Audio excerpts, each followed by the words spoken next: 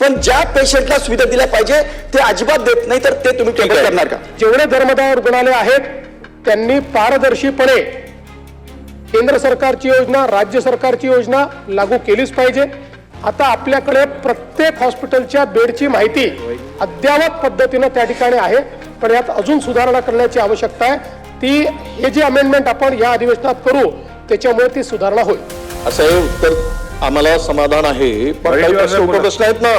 चंद्रपूर जिल्ह्यातील या योजनेअंतर्गत असलेल्या हॉस्पिटलनी किती रुग्णांची सेवा केली त्याच्या रुग्णांच्या नावासकट, कारण माझ्याकडे तक्रार आली होती त्यामुळे ते पत्र दिलं।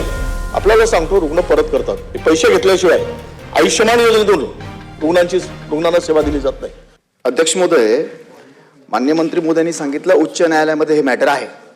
उच्च न्यायालयाने आपण ज्या काही जमिनी देतो, यांना जमिनी देतो, बऱ्याच गोष्टी त्यांना देतो आणि त्याच्या अगेन्स्टमध्ये 10%, 20% खाटा या आपण रिझल्ट ठेवतो।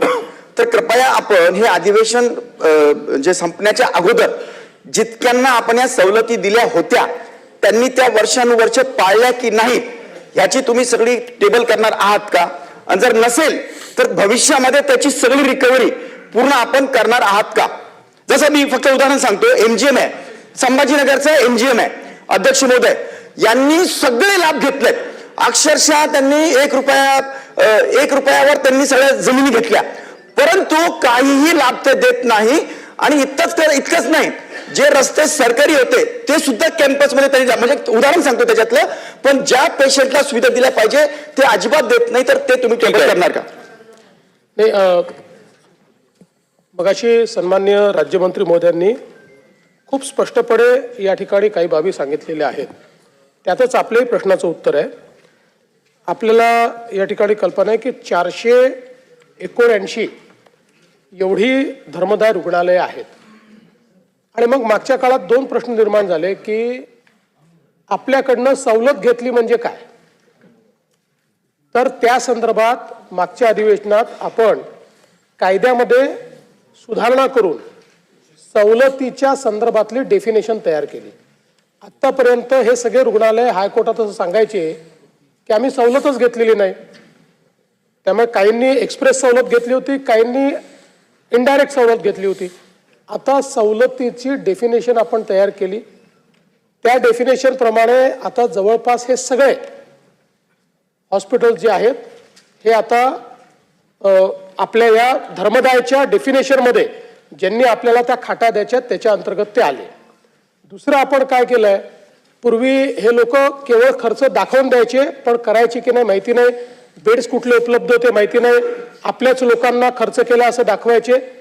आता आपण त्याचा एक डॅशबोर्ड तयार केला डायनामिकली, ज्याचा उल्लेख आता राज्यमंत्री महोदयांनी केला की जो आपला आरोग्य दूत आहे तो आपलं कोऑर्डिनेशन करतो।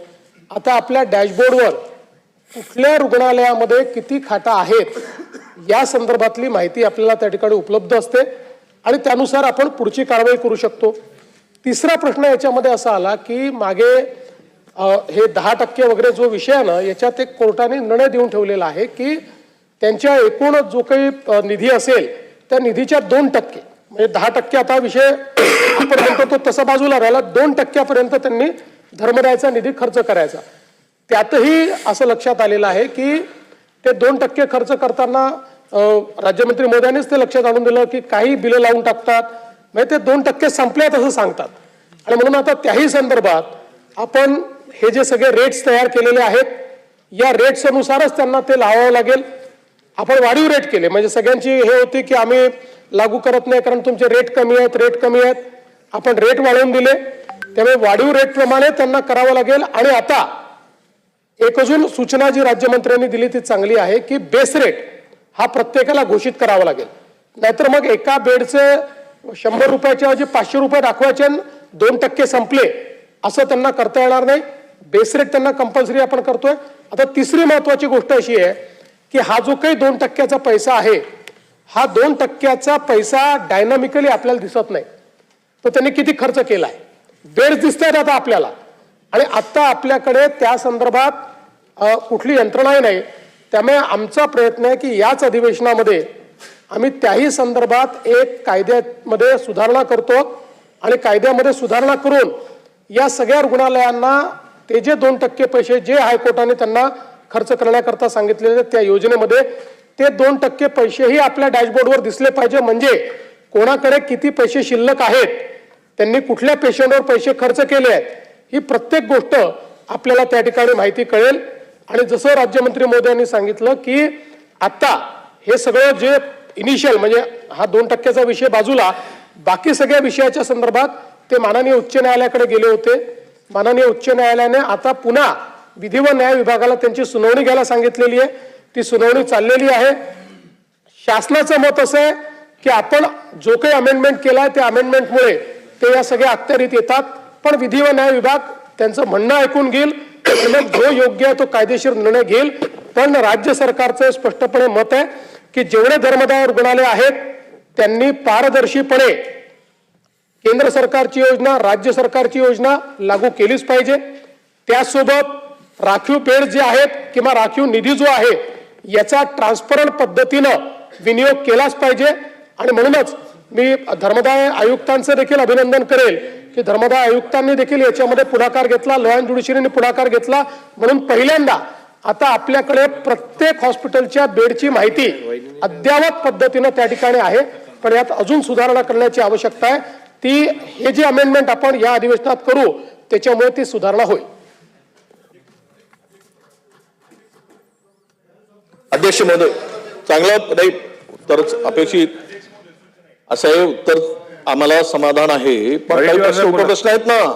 जरा एक प्रश्न असा आहे की आपण डॅशबोर्डचा विषय इथे काढला की डॅशबोर्ड लावलं जातं, रुग्णांची संख्या ते सगळं अद्ययावत केलं गेलं. तरी पण आयुष्यमान योजना आणि महात्मा फुले जन आरोग्य योजनेमध्ये या योजनांचा लाभ रुग्णाला मिळत नाही. आपण वस्तुस्थितीवर जाऊ.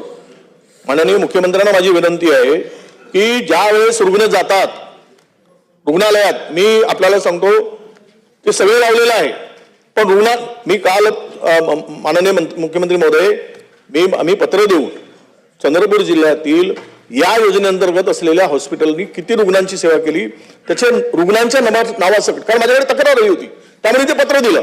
आपल्याला सांगतो रुग्ण परत करतात, हे पैसे घेतल्याशिवाय आयुष्यमान योजनेतून रुग्णांना सेवा दिली जात नाही. म्हणून आपण यावर काहीतरी, खरं आपण हे सगळं व्यवस्थित केलेलं आहे पण ते खाली इम्प्लिमेंट होत नाही आहे, यावर काहीतरी कडक उपाययोजना केली पाहिजे आणि त्या रुग्णांना लाभ मिळाला पाहिजेत अशी आमची अपेक्षा. अध्यक्ष महोदय, अध्यक्ष महोदय, मी वस्तुस्थिती जी सांगितली त्यात आपण जे म्हणता ते खरंच आहे. कारण 479 रुग्णालयांपैकी फक्त 134 रुग्णालय एकत्रित योजना चालवत आहेत, बाकीचे कोर्टात गेले आहेत. पण आता कोर्टात ते गेले असले तरी कोर्टाने त्यांना स्थगिती दिली नाही. सुनावणी करतात, त्यांचं म्हणणं ऐकून घेण्याकरता आपल्याकडेच पाठवलं आहे. आणि शासनाचं हे मत पक्क आहे की मागच्या अधिवेशनात आपण अमेंडमेंट केल्यानंतर, अमेंडमेंट जोपर्यंत नव्हती तोपर्यंत त्यांना कायदेशीर अधिकार होता. आता आपण आपल्या कायद्यात अमेंडमेंट करून यांना आपल्या अखत्यारीत आणलेलं आहे. त्यामुळे शासनाचे मत पक्क आहे की आपल्या अखत्यारीत आहे, यांना या योजना कंपल्सरीली चालवाव्याच लागतील. पण आता ही सुनावणी घेऊन त्या संदर्भात, कारण शेवटी क्वासाय ज्युडिशियल हे मॅटर झालेलं आहे, हायकोर्टाने ते लॉ अँड ज्युडिशरीकडे पाठवलेलं आहे, त्यामुळे ते सुनावणी घेऊन कायद्याप्रमाणे याचा निर्णय करतील.